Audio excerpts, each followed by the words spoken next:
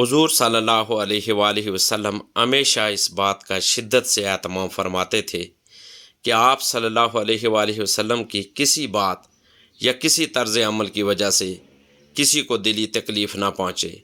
आप सल्लल्लाहु अलैहि वआलिहि वसल्लम का इरशाद था, सच्चा मुसलमान वो है जिसकी ज़ुबान और हाथ से उसके मुसलमान भाई महफूज रहें। इसी बिना पर आप सल्लल्लाहु अलैहि वसल्लम ने अगर किसी शख्स में मौजूद बुराई का ज़िक्र करना होता तो उसका नाम कभी ना लेते, अलबत्ता ये फरमाते, लोगों का क्या हाल है, वो ये कहते या करते हैं। उम्मुल मोमिनीन हज़रत आयशा सिद्दीक़ा रज़ियल्लाहु ताला अन्हा बयान फरमाती हैं कि एक मर्तबा आप सल्लल्लाहु अलैहि वसल्लम ने फरमाया, खुदा के नज़दीक सबसे बुरा शख्स वो है जिसकी बुराई के डर से लोग उसे छोड़ दें।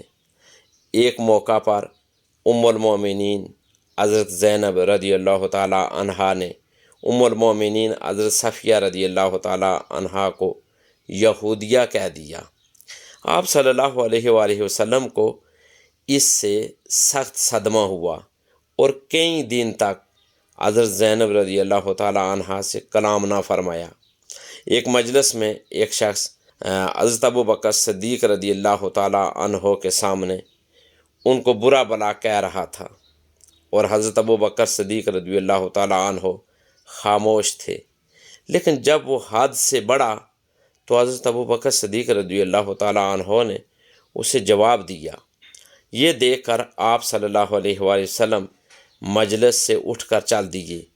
हज़रत अबू बकर सिद्दीक़ रज़ियल्लाहु ताला अन्हो ने वजह पूछी तो फरमाया, पहले तुम्हारी तरफ से एक फ़रिश्ता मामूर था, मगर जब तुमने खुद जवाब दे दिया तो वो फ़रिश्ता चला गया और इसकी जगह शैतान ने ले ली, और मैं किसी ऐसी मजलिस में नहीं ठहर सकता जहाँ शैतान हो। एक मर्तबा हज़रत अबू ज़र रज़ियल्लाहु ताला अन्हो ने एक सहाबी को उसकी माँ की ग़ुलामी का ताना दिया।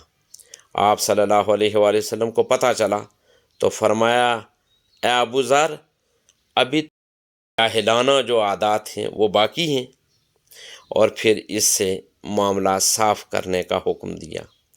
लोगों की दिल आज़ारी से आप सल्लल्लाहु अलैहि वसल्लम कितना गुरेज फरमाते थे, इसका अंदाज़ा इस अमर से लगाया जा सकता है कि आप सल्लल्लाहु अलैहि वसल्लम का ये इरशाद था कि अगर 3 आदमी किसी मजलिस में हों तो दो अलग होकर बहम सरगोशी ना करें, इससे तीसरे आदमी का दिल दुखेगा। इसी तरह आप सल्लल्लाहु अलैहि वसल्लम 2 गुफ्तगू करने वाले अफराद के दरमियान उनकी इजाज़त के बगैर बैठने से मना फरमाते थे। कई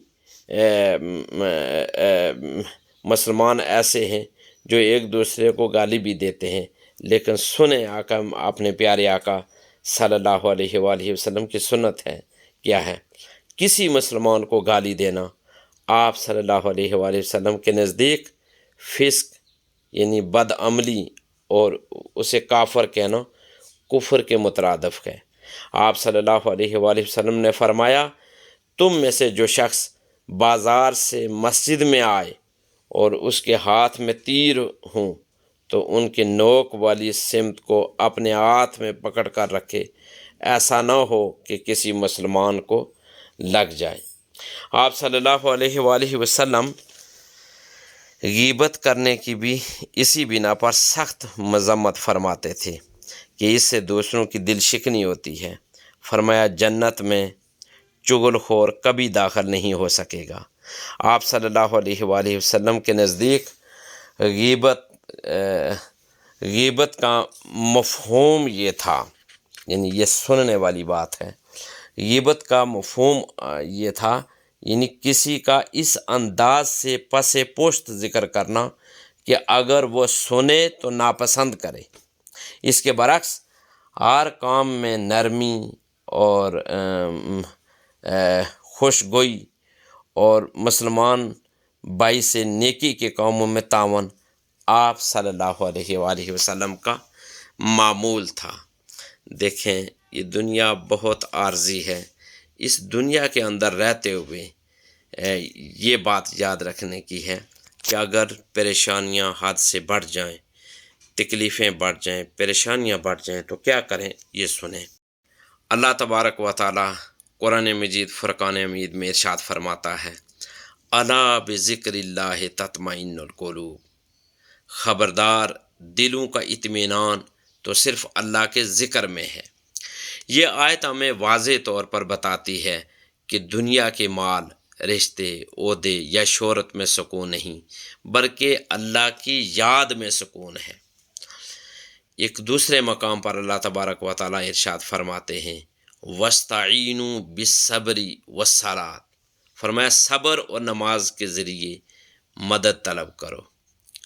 اور آگے چل کر فرمایا جس کا مفہوم ہے کہ یہ نماز یقیناً بہت باری ہے مگر ان پر نہیں جو اللہ سے ڈرتے ہیں۔ اللہ نے نماز کو غم کا علاج بنایا۔ جب دکھ حد سے بڑھیں تو سجدے میں جا کر رو لینا دل کو سکون دیتا ہے۔ حضور تاجدار کائنات صلی اللہ علیہ وآلہ وسلم کا ایک ارشاد پاک ہے جو صحیح مسلم میں ہے۔ پیارے آقا صلی اللہ علیہ وآلہ وسلم نے ارشاد فرمایا، مومن کا معاملہ عجیب ہے، ہر حال میں اس کے لیے خیر ہے۔ اگر دکھ آئے تو صبر کرنے پر اجر ہے اور خوشی آئے تو شکر پر اجر ہے۔ آقا علیہ الصلوۃ والسلام مصیبت کے وقت اکثر یہ دعا فرمایا کرتے تھے، اللہم اجرنی فی مصیبتی، اے اللہ میری مصیبت میں مجھے اجر عطا فرما۔ اور یہ بھی ساتھ فرماتے جس کا مفہوم ہے، اور اس کا بہترین بدلہ عطا فرما۔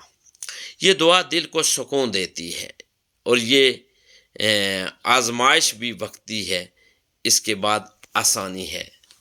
یعنی پیارے آقا صلی اللہ علیہ وآلہ وسلم کی زندگی کے معمولات یہ تھے۔ دیکھتے ہیں پیارے آقا صلی اللہ علیہ وآلہ وسلم کے صحابہ کا جو طریقہ کار تھا یا جو ان کی زندگی کا جو کردار تھا وہ یہ تھا کہ سیدنا بلال رضی اللہ تعالی عنہ کو دیکھو، جب ان پر ظلم ہوا، دہتے کولوں پر لٹایا گیا تو وہ صرف احد احد پکارتے رہے۔ ان کے دل میں اللہ کی محبت اتنی تھی کہ جسمانی تکلیف محسوس نہ کی۔ حضرت امام حسین رضی اللہ تعالی عنہ کربلا کے میدان میں شہادت کے وقت بھی آپ کے چہرہ انور پر سکون تھا۔ کیوں؟ کیونکہ اللہ کی رضا میں راضی تھی۔ امام احمد بن حنبل رحمۃ اللہ علیہ کوڑے کھاتے رہے لیکن زبان پر ایک ہی جملہ، قرآن اللہ کا کلام ہے، مخلوق نہیں۔ یہی ایمان انسان کو سکون دیتا ہے کہ سچ پر قائم رہنا قربانی مانگتا ہے مگر انجام جنت ہے۔ دیکھیں اگر آپ کا دل ٹوٹا ہے تو یاد رکھیں ٹوٹے دل کے قریب اللہ ہوتا ہے۔ ان مع العسر یسرا، بے شک ہر تنگی کے ساتھ آسانی ہے۔ جس نے آپ کو غم دیا ہے وہی اللہ آپ کو سکون بھی دے گا۔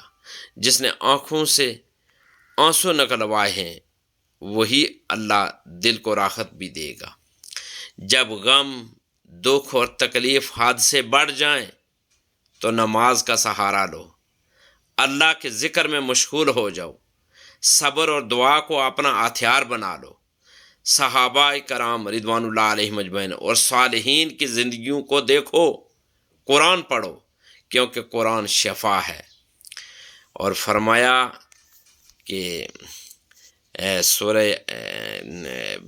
قرآن مجید فرقان حمید کی سورۃ الاسراء کی آیت نمبر 82 یعنی 82 میں فرمایا، وَنُنَزِّلُ مِنَ الْقُرْآنِ مَا هُوَ شِفَاءٌ وَرَحْمَةٌ لِلْمُؤْمِنِينَ، فرمایا اور ہم قرآن میں وہ کچھ نازل کرتے ہیں جو ایمان والوں کے لیے شفا بھی ہے اور رحمت بھی ہے۔ میں اللہ تبارک و تعالیٰ سے دعا کرتا ہوں کہ اللہ تبارک و تعالیٰ ہمیں زیادہ سے زیادہ دین اسلام کی سنہری تعلیمات کو جاننے، سمجھنے اور اس پر عمل اور ان تعلیمات کے مطابق زندگی گزارنے کی اللہ تعالیٰ ہمیں توفیق بھی دے اور ہمت بھی دے۔ دین کی بات پھیلانا صدقہ جاریہ ہے، ثواب کی نیت سے ویڈیو کو شیئر ضرور کیجیے۔ جزاک اللہ۔